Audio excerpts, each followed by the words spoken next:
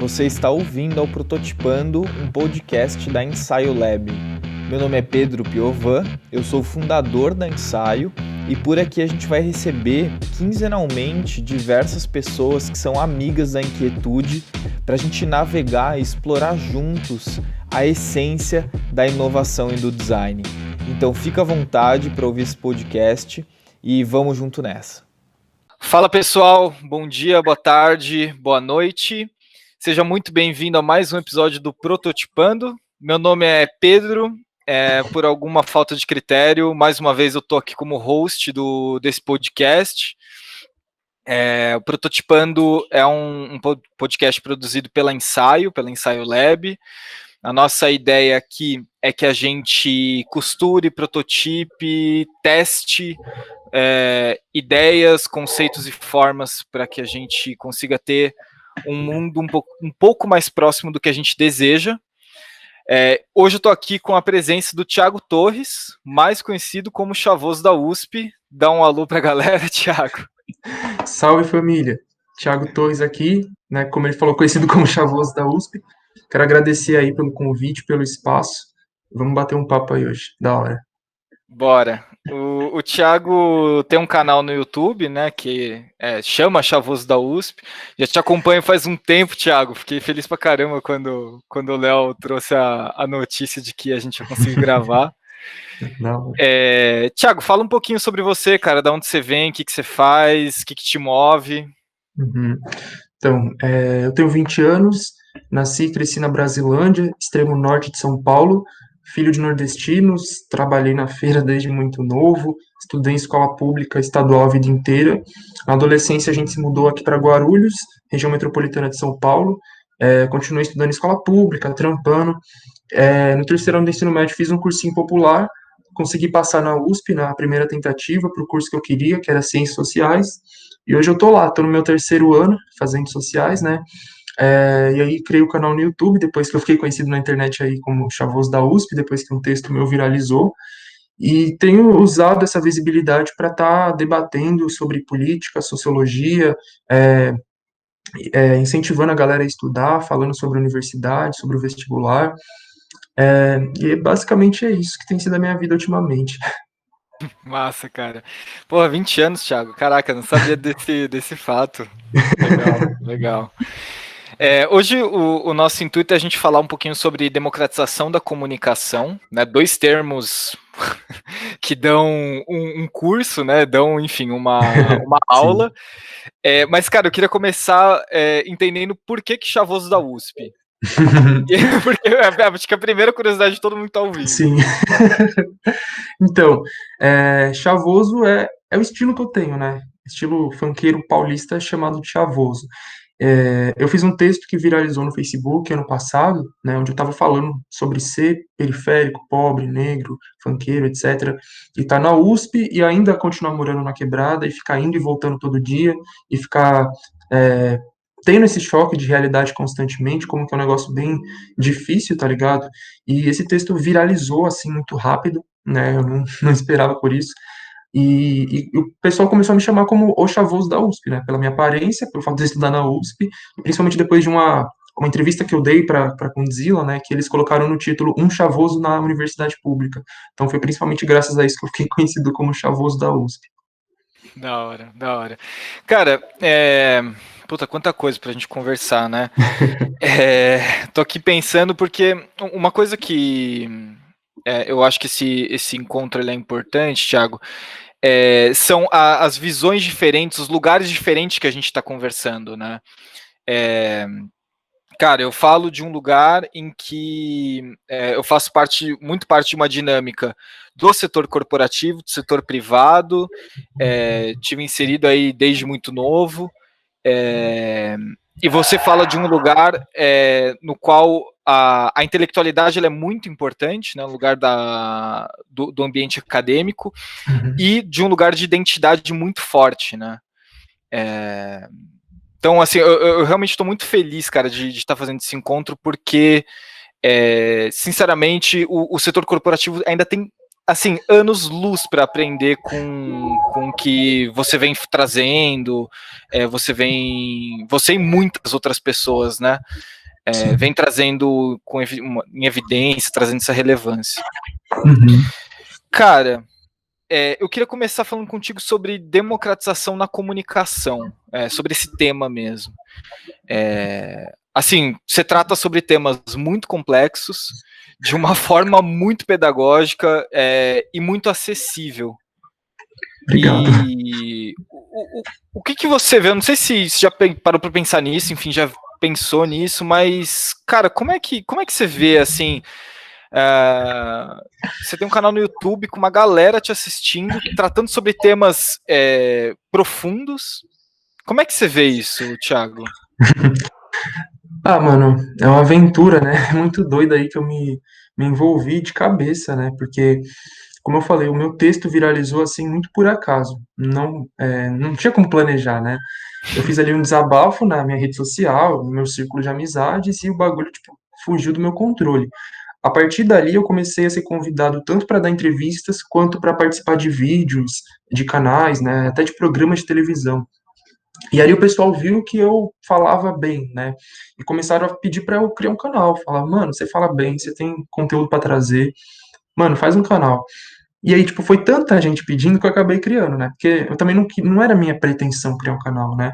Isso foi, tipo, uns 3, 4 meses depois do texto ter viralizado, depois de tanta pressão, entre aspas, Pode mas eu crer. queria também, de certa forma, porque, tipo, eu gosto de falar, né, tipo, que eu não tinha público, né, então, quando surge um público, o pessoal começa a me pedir, eu falei, vou fazer. Aí eu aproveitei a oportunidade, criei o canal, tipo, ele vem crescendo, assim, relativamente rápido, tá ligado? Pra alguém que, tipo, não tá fazendo parcerias com empresa, tipo, patrocínio, né, porque muitas coisas que eu falo meio chocante, talvez, né? Porque eu falo mesmo, assim, é o que eu penso, tá ligado? Eu tenho minha visão de mundo, minha visão política, e eu exponho, né? Eu acho que muitos YouTubers, criadores de conteúdo, preferem se abster de falar sobre política para não gerar esse tipo de polêmica, mas eu falo muito abertamente sobre o que eu penso, e eu sei que isso muitas vezes gera empecilho, muita gente comenta algumas merda no meu vídeo, né? Tipo, pelo fato de eu ser de esquerda abertamente, fica, não acredito, que não sei o que, ele defende isso, defende aquilo. Ai, desculpa pelo barulho aqui, minha rua é muito Relaxe, barulhenta. relaxe. Enfim, então, assim, eu acho que para alguém como eu, que saiu do nada, que é pobre, que é negro, que é funkeiro, que fala numa linguagem acessível, que tem o seu posicionamento político, né? Foi um crescimento relativamente rápido. Eu tô com 65 mil inscritos no canal, 40 mil seguidores no Instagram. Então, é assim, é da hora, porque eu tenho visibilidade para falar o que eu quero, mas a pressão é muito grande também, né? Eu me sinto pressionado, eu me sinto com uma responsabilidade muito grande em mãos para alguém tão jovem também, né? Então é Sim. bem complicado, ainda mais tendo que conciliar com várias outras coisas, a própria graduação, que já me consumia há muito tempo.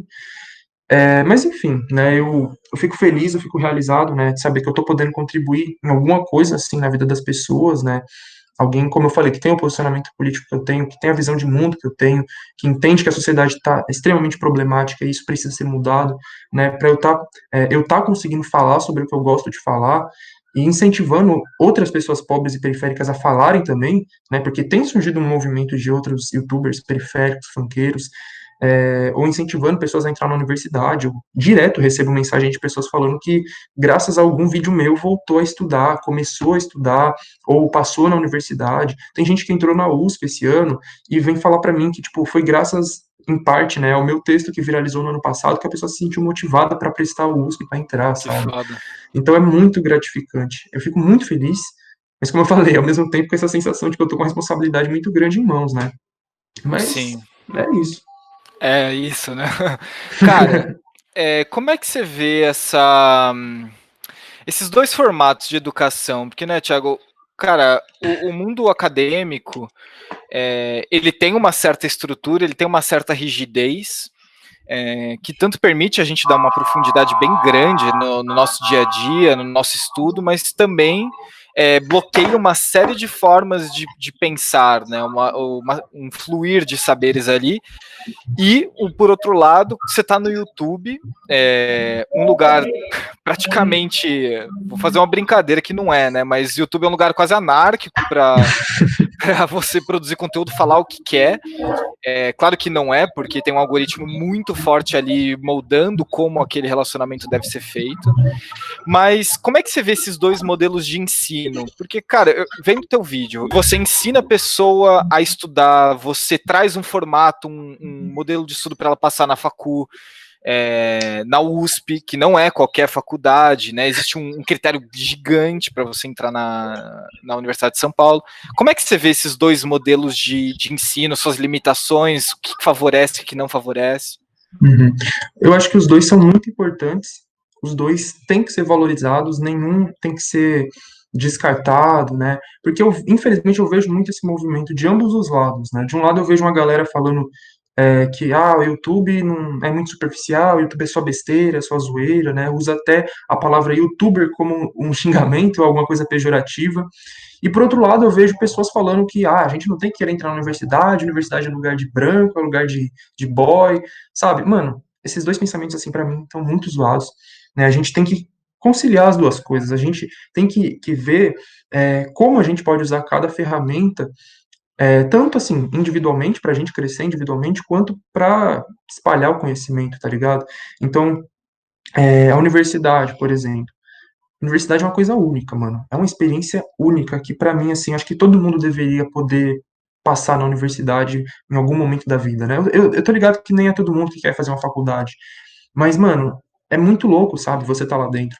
As coisas que você tem acesso, as coisas que você vê, né? Que você participa, né? Tipo, mano, em que outro momento, que outro lugar da minha vida alguém como eu, pobre, negro, favelado, ia poder estar, sei lá, dentro de uma sala de aula junto com o filho de um ex-ministro da educação que tem na minha sala, Caralho. estudando a mesma coisa ali juntos, às vezes tendo aula com um professor que é um, sei lá, um político, que é um ministro do STF, que é um intelectual renomado internacionalmente, sabe? Tá na USP é isso, é você tá tendo contato com todo esse tipo de gente, e você sendo para a sociedade um Zé Ninguém, né? Porque eu sou o quê? Eu sou um filho de faxineira, alguém, como eu falei, periférico, etc. A parte da sociedade que não tem a sua história contada, né? Que não tem a sua história valorizada. Eu sou descendente de quem não virou estátua, de quem não está sendo homenageado em lugar nenhum, tá ligado? Quem está sendo homenageado são os filhos dessas pessoas. Aliás, são os ancestrais dessas pessoas que estudam comigo ou que me dão aula, né? Enfim, e poder estar lado a lado, né, com essas pessoas e não só estar lá, mas estar disputando aquele lugar, porque a universidade ela tem que servir para alguém, né? Ela tem que servir para alguma classe, para o interesse de algum grupo.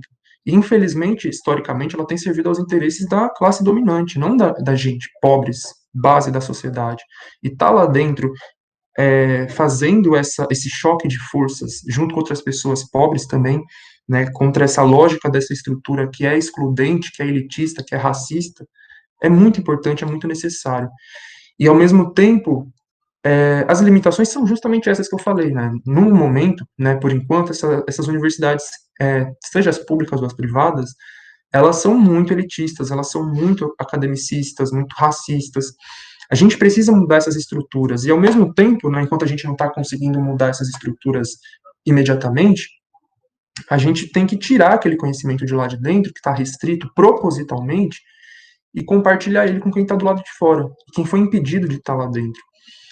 Agora, as limitações do YouTube, das redes sociais, que não tem como se aprofundar tanto, né? Você não vai ter o mesmo rigor científico, acadêmico que você tem na universidade, no YouTube, por exemplo, né? E eu entendo isso, eu falo sobre isso abertamente. Não pretendo que o meu canal seja a fonte de todo conhecimento que as pessoas vão ter. Pelo contrário, é extremamente introdutório.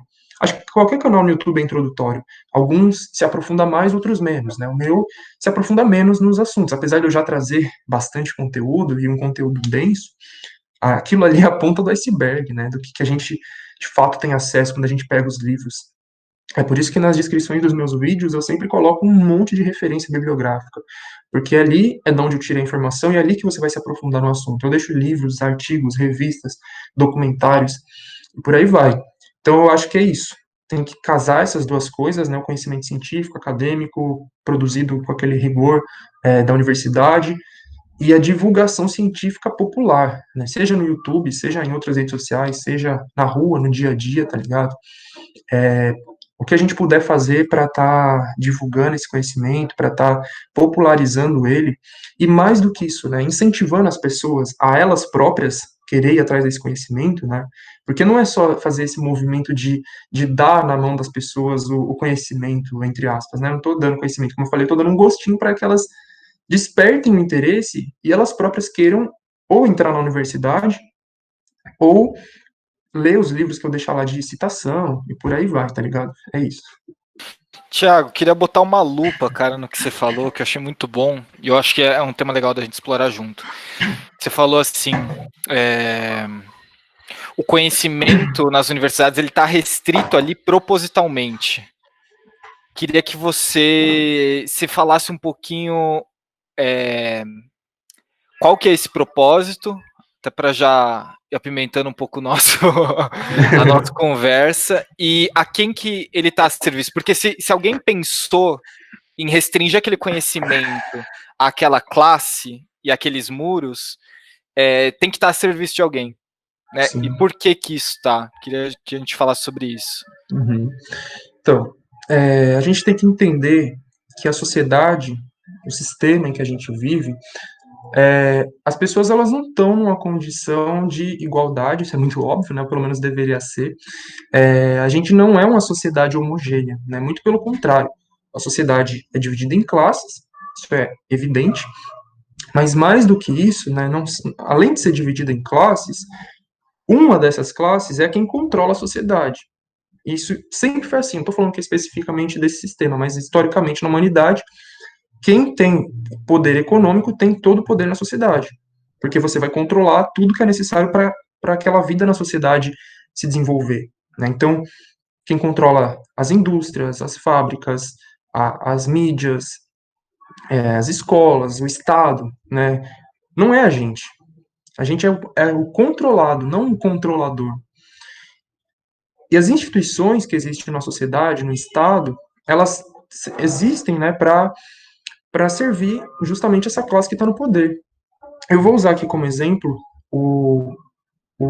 aliás, eu vou citar o livro do Silvio Almeida, né, um grande intelectual, que é o Racismo Científico, ou Racismo Científico, Racismo Estrutural. Nesse livro, ele vai falar sobre o que é o racismo estrutural, mas diferenciando de outras formas de racismo, né, como o racismo institucional e o racismo individual. Geralmente as pessoas costumam pensar que o racismo é individual, ou seja, é um negócio assim, do indivíduo, tá ligado? Tipo, ou é uma falta de caráter, ou é uma doença mental, é alguma coisa assim, tá ligado? As pessoas não entendem que é um negócio social.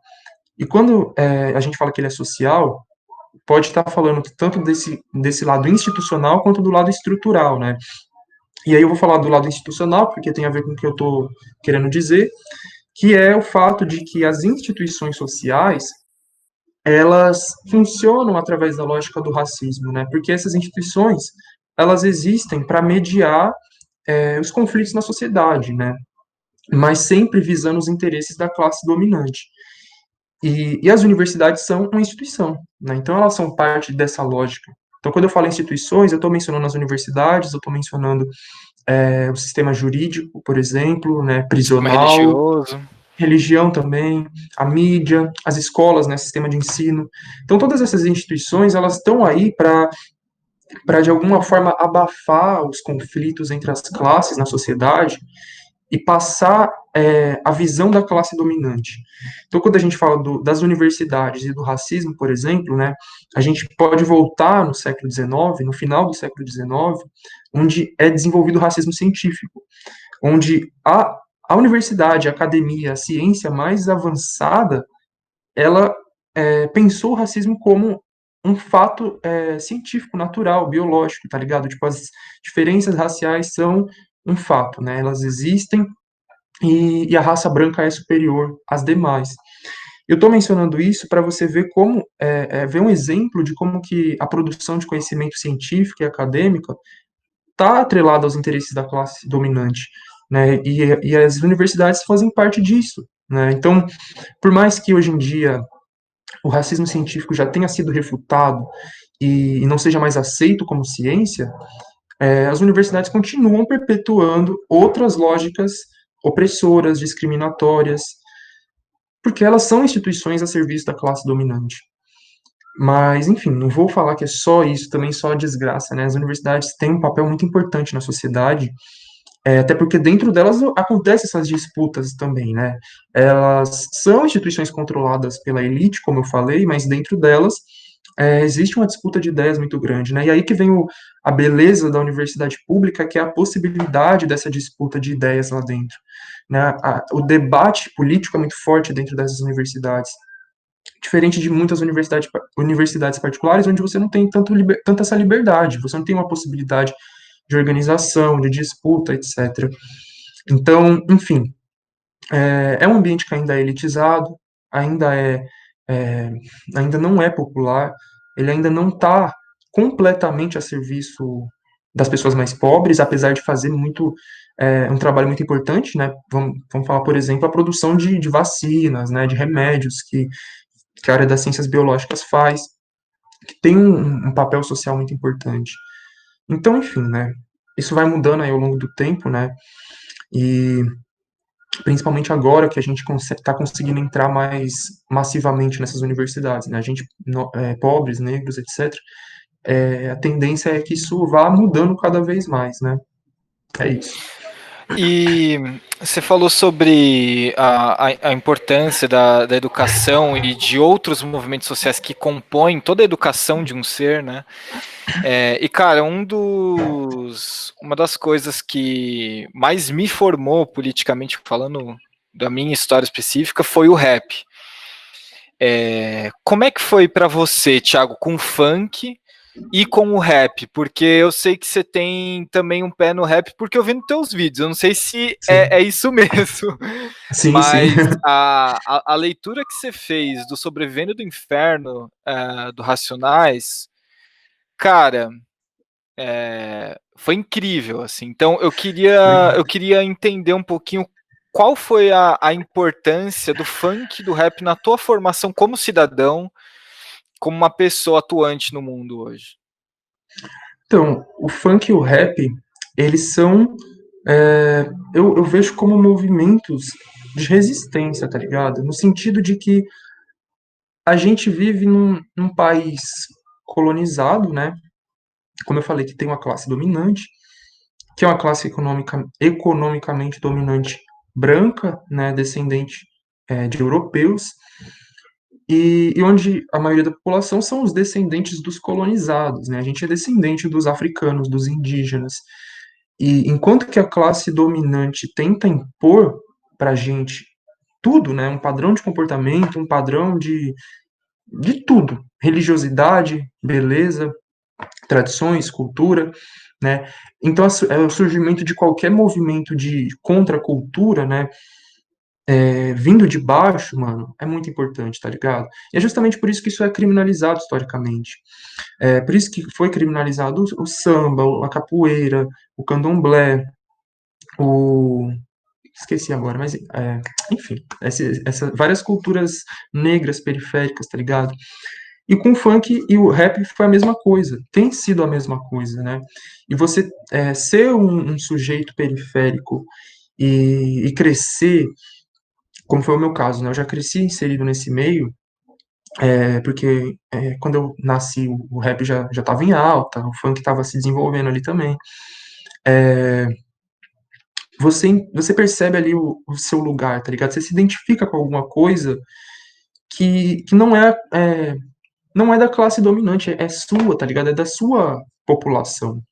Então, esses elementos, assim, que permite pra gente uma identificação coletiva, mano, é muito importante, né? Porque se a gente só é obrigado a consumir um determinado tipo de cultura que não é produzido por nós, né? É produzido por uma outra classe que é imposto a gente, não rola a identificação. O rap, por outro lado, né? Eu vou falar primeiro dele porque ele surge antes do que o funk como a gente conhece atualmente. O rap, ele ele tem essa intenção já de criar essa coletividade periférica, né? Principalmente o álbum lá do Sobrevivendo no Inferno que eu analisei. Então, foi muito importante para mim nesse sentido, de me situar na sociedade, de me entender que eu estou na periferia, de que eu sou negro, de que eu sofro isso, isso, isso, e de que não é uma coisa única, é de que várias pessoas estão passando pela mesma coisa que eu passo, e de fazer essa conexão entre nós, tá ligado? E aí o funk vem depois, né, tipo, reforça isso. Porque o funk é a periferia, tipo, feliz, né? Porque o funk, tipo, é muito acusado de ser mais despolitizado, de não trazer letras reflexivas, o que é mentira, tipo, o funk tem muitas vertentes, tem muitos subgêneros, sendo que um deles é o funk consciente, traz muita reflexão social, traz muita crítica social, é, mas o funk como eu falei, é felicidade, né? A periferia, tipo, que não tem felicidade no seu dia a dia, que não que geralmente está passando por tantas violência, tanta dificuldade, é nesse movimento, nessa cultura do funk que você encontra, tipo, algum momento de felicidade, tá ligado? Um baile, por exemplo, onde você vai, mano, escutar lá as músicas que você gosta no último volume, lá no paredão, enquanto você tá bebendo e curtindo com seus amigos, tá ligado? Então, é, é muito importante ter esses momentos. Então, ao mesmo tempo que você tá lá num rap, pá, num movimento de rap, alguma coisa assim, onde você reforça as questões, né, mais crítica social mesmo, uma politização, o funk, né, falando dos gêneros que não são mais reflexivos, né, você tá curtindo, mano, você tá tendo um momento de lazer, que é uma coisa que você não tem, tá ligado? Que é muito raro, é muito comum isso, né, da galera, tipo, sempre fala, né, durante a semana, alguns posts no Facebook, tipo, durante a semana eu tô assim, pra no final de semana eu poder estar assim. Então, tipo, durante a semana eu tô trabalhando, seja, sei lá, pedreiro, borracheiro, alguma coisa assim, pra no final de semana eu tô no baile, eu tô com a roupa que eu gosto, eu tô bebendo o que eu gosto, entendeu? Então, é um momento de lazer. Então, tanto o rap quanto o funk tem lugares, assim, muito especiais na minha vida, na minha formação. É isso. Boa, Eu termino boa. todas as falas com é isso. É isso, mas é isso mesmo, velho. Cara, uma coisa que eu acho muito importante destacar é o quanto o caráter criminalizante de qualquer tipo de cultura e expressão social que não seja branca é algo extremamente empobrecedor da nossa essência, da nossa cultura, né? Eu fico pensando, cara, se eu não tivesse ouvido rap, eu ia estar fudido, cara. Porque talvez foi um dos maiores impulsos a ter uma consciência coletiva. É isso. Eu vindo de um lugar extremamente privilegiado, cara, assim, de extremo privilégio, teria sido muito fácil replicar tudo aquilo que já vem sendo replicado e já é dominante, né? Exato. Cara, e aí eu quero começar a falar sobre meritocracia contigo, porque é muito fácil cair num discurso meritocrático e num discurso de eu tenho que batalhar para conquistar, mas eu não olho para o que para o que veio antes, né? Uhum, Quais foram as exato. condições necessárias para me deixar nesse lugar? Cara, nem sei por onde começar. Eu fui falando, falei, caraca, mas onde eu ia chegar mesmo? Cara, onde eu quero chegar é o seguinte, Thiago, onde que você vê que a meritocracia é míope? Em tudo, mano. Meritocracia é uma ideologia dessa classe dominante que eu venho falando, né? Então, como eu disse, como eu expliquei antes, né? Cada sociedade, cada sistema tem a sua classe dominante, e para se manter no poder, a classe dominante tem que convencer os dominados que tá tudo certo, né? De que, eu cheguei aqui, eu tô nessa posição de dominador justamente, não é injustamente. Você tem que aceitar isso, né? Então, volto na questão do racismo científico de novo. Aquilo ali era uma ideologia da classe dominante para justificar o neocolonialismo, para justificar as desigualdades raciais no mundo. Então, eu estou fazendo essa partilha da África porque esses povos são inferiores e precisam de civilização. Ah, eu estou dizimando esses indígenas porque eles são selvagens, né? Então, é isso, para essa classe se manter no poder, ela cria essa. Não é que ela cria, né? Mas enfim, ela perpetua essas ideologias, né, que justifiquem as desigualdades. A meritocracia é uma ideologia para justificar a desigualdade. Ela é uma ideologia que individualiza os problemas sociais, então ela tira dessa classe dominante. E eu falo, como eu falei antes também, né? Classe economicamente dominante, classe politicamente dominante. Tira dessas pessoas a responsabilidade pelas merdas que existe e joga tudo para você. Então, se você é pobre, é porque você não trabalha duro, é porque você não se esforça, é porque você é preguiçoso, é porque você não tem um planejamento estratégico. E se você ficou rico, é porque você se esforçou, você mereceu.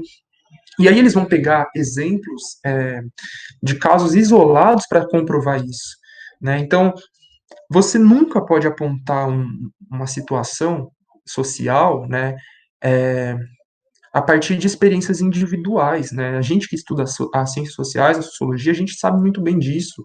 Casos isolados, casos particulares, individuais, não explicam problemas sociais. Então, se você quer justificar a meritocracia, qualquer coisa, mano, você vai ter que trazer dados estatísticos, você vai ter que trazer uma análise da sociedade como um todo. Qual que é a porcentagem de pessoas que eram pobres e ficaram ricas e como que elas chegaram até lá? Vamos fazer essa pesquisa, que você vai perceber que a porcentagem é minúscula, tá ligado? Então, infelizmente, essa é uma ideologia que come solta, se as pessoas acabam comprando, porque também é perpetuada em todo momento, tá ligado? É perpetuado pela mídia, é perpetuado nas escolas, muitas vezes até dentro das igrejas, pelos pastores, tá ligado? Não só igrejas, nas religiões, assim, de um modo geral. Então é muito perigoso. Isso está sendo jogado para todo canto e as pessoas vão acreditando, tipo, mano, eu tenho que me esforçar, trabalhar duro, porque eu vou conseguir ser igual o Silvio Santos, eu vou. Entendeu, mano? E a chance, assim, é minúscula, né? Eu não falo isso para desmotivar as pessoas, tipo, não trabalhem duro, trabalhem, tá ligado? Mas entendendo que se você não conseguir atingir seu objetivo, a culpa não é só sua, não é só o seu esforço que vai fazer você chegar lá. Existe um monte de condições sociais que ou vão te atrapalhar ou vão te facilitar. Se você é negro, já tem um empecilho que te coloca em 500 anos de desvantagem, mano. Se você é mulher, tá ligado? Então, são coisas que independem de você. Por que eu tô falando isso? Porque você é negro, você pode ter uma formação acadêmica foda. Se você for competir com um branco que não é tudo isso, ele tem ainda mais possibilidades do que você de conseguir, sei lá, seja ser contratado na empresa, seja de ser convidado para dar uma palestra, porque a imagem dele é mais bonitinha, mais passável, então eles vão preferir chamar ele do que chamar você. Então ele vai ter portas mais abertas do que você, independente do que você faça. Tem certas coisas que não dependem da sua escolha ou do seu esforço individual. Igual eu, mano. Eu me esforço pra caralho no meu canal. Pra caralho. Faço. Nossa, meus vídeos você vê, tipo, tem um conteúdo assim, o vídeo tem, tipo, sei lá, meia hora muitas vezes. Eu faço uma pesquisa do cacete, coloco lá referências bibliográficas, edito o vídeo assim, de uma forma, modéstia à parte, impecável. E você vê que, tipo, eu tô lá com 65 mil inscritos, e às vezes tem pessoas que vêm, aparece do nada, fala várias coisas aleatórias e do nada explode, tá com 200 mil inscritos, tá ligado? Então, aí você vai ver a pessoa, ela é branca, às vezes ou ela tem uma aparência mais higienizada, ou ela fala mais bonitinho, ou qualquer coisa do tipo, tá ligado? Então aí você vê que não dependeu só do seu esforço. Você pode estar falando a mesma coisa, o mesmo conteúdo que aquela pessoa, e outros fatores vão fazer que as pessoas prefiram ela do que você. E a aparência, por exemplo, conta, tá ligado? A questão racial, tô querendo dizer, ou gênero, etc. Mas enfim, né, para concluir, a gente também precisa lembrar que o sofrimento não pode ser romantizado, né, no sentido de que, fulano passou na universidade, mesmo sendo pobre, mesmo sendo negro, mesmo tendo estudado em escola pública, certo, mas imagina as desgraças que essa pessoa passou. E eu tô falando de mim mesmo, né, tipo, beleza, gosto de receber parabéns por ter entrado na USP, eu gosto que as pessoas me admirem, legal, mas não é nada bonito as coisas que eu passei para chegar até lá. Não é nada bonito eu ter que ter estudado tudo de novo, entre aspas, sozinho, porque eu não vi nada daquilo na escola. Né? Eu acho que eu tenho um vídeo que eu falo como eu passei na USP, se eu não me engano, o primeiro comentário é de um cara que comentou isso. Mano, é tão doido você ter que estudar tudo como se você tivesse ido para a escola à toa, porque lá você não viu nada. E é o meu caso, entendeu? Eu ia para a escola para nada, porque não tinha professor, não tinha material, não tinha aula. Foi um tempo, assim, quase que perdido, tá ligado? E aí vem os fatores familiares, de problemas familiares, de estar numa família desestruturada, que é o caso da maioria das famílias na periferia. Vem o caso de você ser considerado suspeito para a polícia e ter que conviver com a violência policial, com enquadros, com esse tipo de coisa. E vem você ter que estar conciliando o trabalho com o estudo, e você já não consegue estudar direito, porque você está pensando numa coisa e está fazendo outra. E você fica nessa paranoia, mano, que você tem que conciliar um zilhão de coisas e carregar o mundo nas costas. Enquanto uma pessoa que tipo, já cresceu no bem bom, não passou por nada disso, tá ligado? Então, que ótimo que hoje eu tô lá estudando junto com o filho do ex-ministro da Educação, mas aquele menino não passou por nenhuma dificuldade que eu passei para estar lá. E eu não queria que ele passasse pelas dificuldades, eu queria que eu não tivesse passado. E eu não quero que ninguém tenha que passar. Ninguém. Eu quero que todo mundo possa estar lá dentro sem ter que se matar, sofrer, chorar, desenvolver problema psicológico, só para poder estudar, tá ligado? Isso é muito injusto, é muito violento. Perfeito, velho, perfeito. Cara, eu acho que isso. A gente tem uma ficção bizarra sobre a, o mérito individual como a única coisa que pode salvar a gente, né? E isso se intensifica muito, né, nesses últimos anos, com a estrutura neoliberal fortíssima, que é mais importante a gente ter um nome num cartão de crédito do que ter um RG, né? E é realmente a perda do mito da coletividade, né? Dessa visão mais mitológica mesmo, mais proposital de um futuro melhor pela coletividade, né? Por nós sermos juntos, enfim, por eu ser porque nós somos, e nós somos porque todos nós somos, né? Cara, eu queria explorar um tema contigo que tanja isso, que é assim,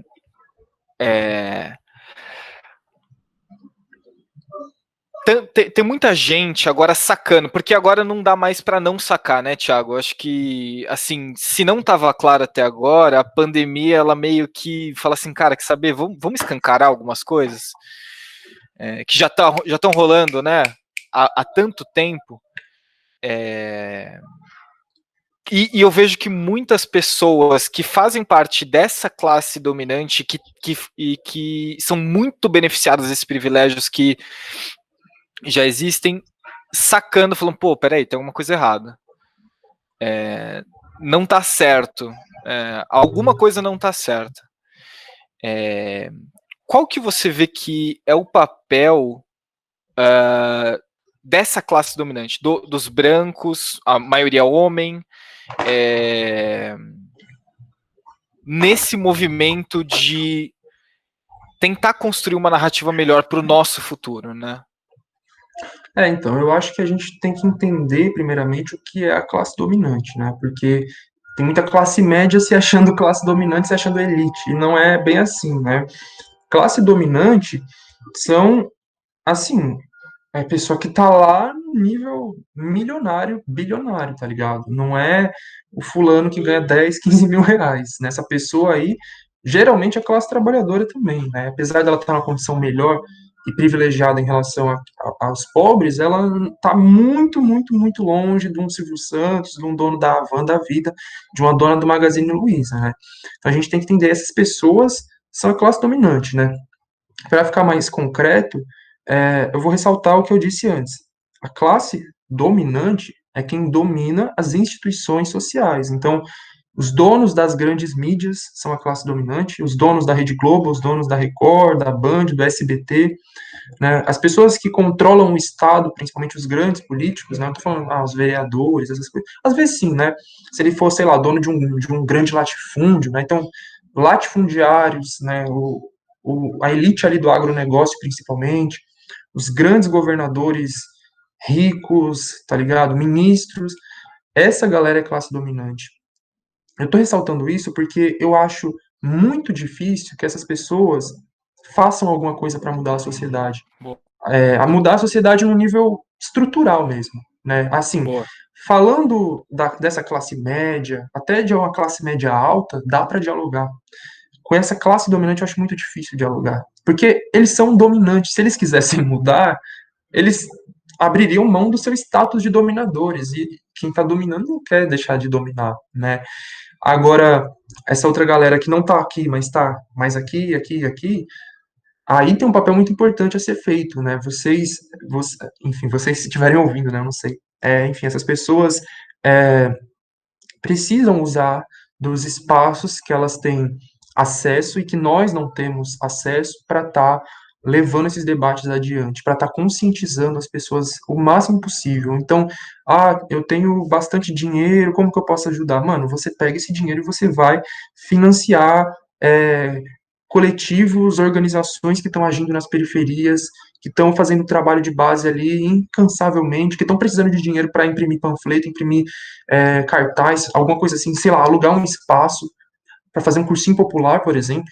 Aluga um espaço, contrata pessoas, abre um cursinho popular numa quebrada, e é isso, mano. Abre uma biblioteca numa periferia que carece muito de biblioteca, desse tipo de espaço.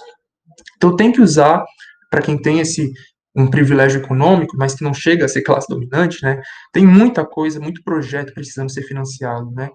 Financia o meu canal também, né? Financia Aí, pô. esses e pessoas que estão fazendo esse trabalho também, né? Porque o trabalho de estar na Claro. internet divulgando conhecimento e falando, né? É um trabalho importante, é um trabalho que precisa de uma ajudinha financeira também, né? Então a gente geralmente tem o Apoia-se, né? Tem essas plataformas de apoio, né? Então, mano, tem muitas formas, né? Isso no sentido que eu tô falando financeiro, mas tem o sentido, como eu disse também, de falar, né? Então você tá numa universidade muito elitista, sei lá, eu sou estudante do Mackenzie, sou estudante da PUC, aqui não tem muitos alunos negros, aqui não tem um movimento negro forte. Não que você vai falar em nome deles, né? Mas você Claro. vai levar esse debate, fala assim, ó, gente, vamos fazer uma mesa sobre negritude, vamos convidar o fulano, né? Vamos convidar tal convidado, vamos fazer uma live aí sobre isso.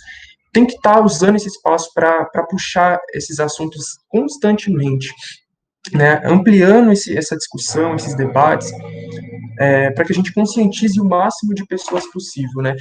Sei lá, se algum dia alguém dessa classe dominante resolver se conscientizar também, vai ter um papel importante para fazer nessa luta, né? Principalmente, como eu falei, na questão do financiamento das lutas menores que estão lutando para crescer, né? Então, enfim, é isso.